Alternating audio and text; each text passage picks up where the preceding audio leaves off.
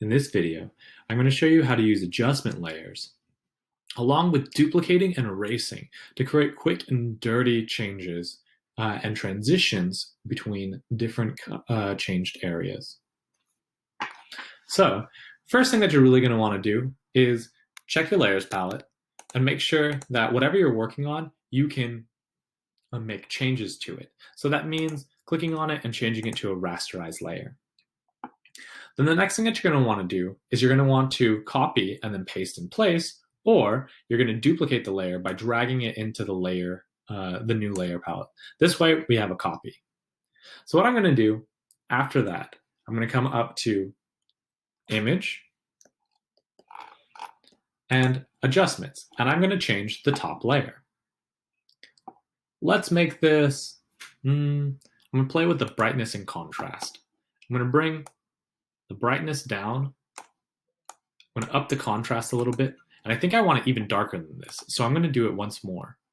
I'm going to come to Image, Adjustment, Brightness and Contrast. I'm going to dip it down even further. And I think I want to play around, and I'm going to change the hue and saturation. And I'm going to drop the saturation so it's more black and white. I like that. So you can see in my layers palette, I have one that's completely dark and one that's completely light. The next thing that you're going to want to do is come over to your tools and then change to your eraser, or use quick button E. Remember, the eraser is a brush like any other brush. It just is a brush that removes things. So make sure that you're on your correct layer, and you can adjust the settings up in the top.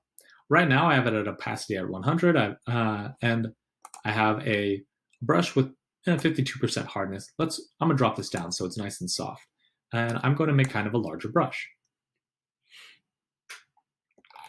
What's nice about this method is that you can erase away sections and reveal sections beneath.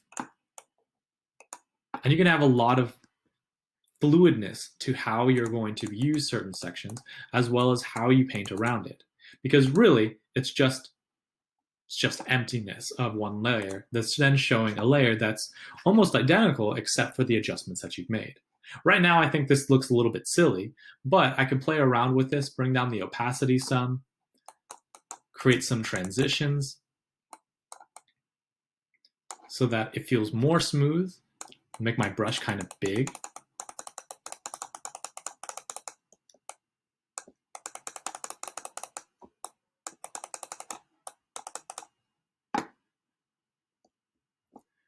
And we can do a very painterly sort of style of adjustments.